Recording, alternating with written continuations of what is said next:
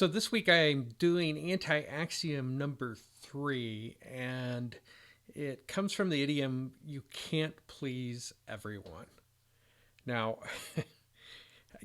if I look at the last several months, you look at Disney, you look at Bud Light, you look at Target, you look at the LA Dodgers even now, they all have something in common, and that is that they are ignoring their customers in favor of issues that we all know about, but they're not going to help you with your revenue. So if we look at Disney, who is their primary customer? It's families, you know. So ultimately, right now Disney is doing well, kind of the post-COVID, got to get out type of thing. Uh, People spending money to go to the parks, which hasn't been influenced by all the crap that has been going on in in the universe, and but over time, I think this will play itself out, especially with the upcoming recession that we're going to have, and people are going to look for ways to cut. Disney would be at the top of the list, I think, of most families of something that they would cut based off upon their um, derision towards their target audience. It just doesn't make any sense to me what Disney is doing. They want to pick a fight with Florida, fine, but their stock price has dropped over 50% in 2 years, a little over 2 years.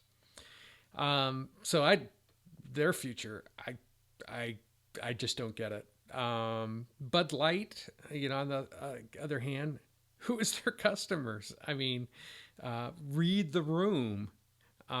Target, the same thing, although it may be a little bit more geographic oriented, where they could have done things in certain areas where it doesn't make any sense to do them in others.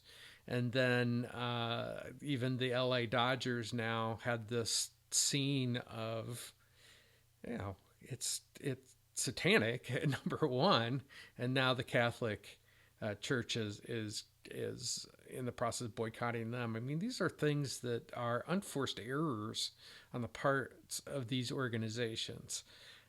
So how do we get here? Um, well, who is your customer? You can't please everyone. Like, you got to ask the question of who your customer is. And I think with all of the social justice and ESG and DEI, it's all getting mixed into, we got to make a statement.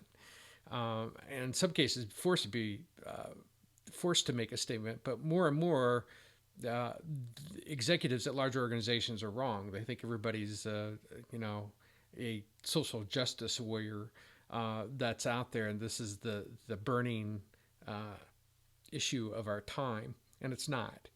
Um, so these organizations, executives at these organizations, have forgotten kind of the basics, which is who are your customers are calling in. I've already had that problem with customers and organizations.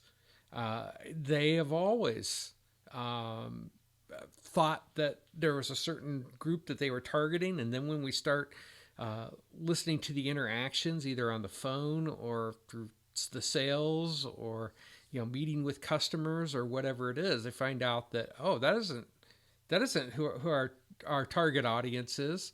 Well, it may not be your target, but that's who your customer is. And so you got to start to figure out what you have versus maybe what you want.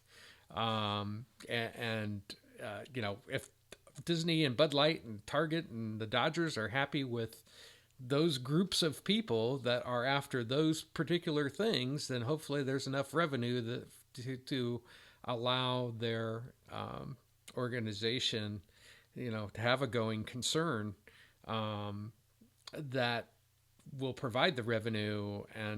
But I guess we'll find out, right? So far, I've not been impressed with what ESG and DEI have brought to organizations. It's gotten them away from focusing in on delivering quality products and services to their customers, instead making a statement. Now, some of these larger companies that I've worked with, especially those in the past, we hear this. They're being forced into it because BlackRock or State Street or Vanguard have all come in from the outside, and they basically say, uh, we've bought a certain amount of your company with our funds that we got through people putting money into pensions. So we're going to change your behavior as an organization and make you, if you're an oil company, um, from an energy standpoint, go green. When we know we're going to need fossil fuels for the foreseeable future, at least 30 years, probably much longer, probably forever. But people aren't weighing the difference between what's happening. Oh, we got to dig up these fossil fuels. So look how dirty it is. Well, the U.S. does it cleaner than anybody else. And so we're now outsourced that to the rest of the world. And so, yes, it is very dirty. And so that is a problem. And by virtue of eliminating the U.S. from that picture, it's just getting worse. And now we got Germany burning coal, and in order to get to the level of electricity that we're going to need for all these electric cars and everything, the impact on the world is going to be much greater because you have to mine these things.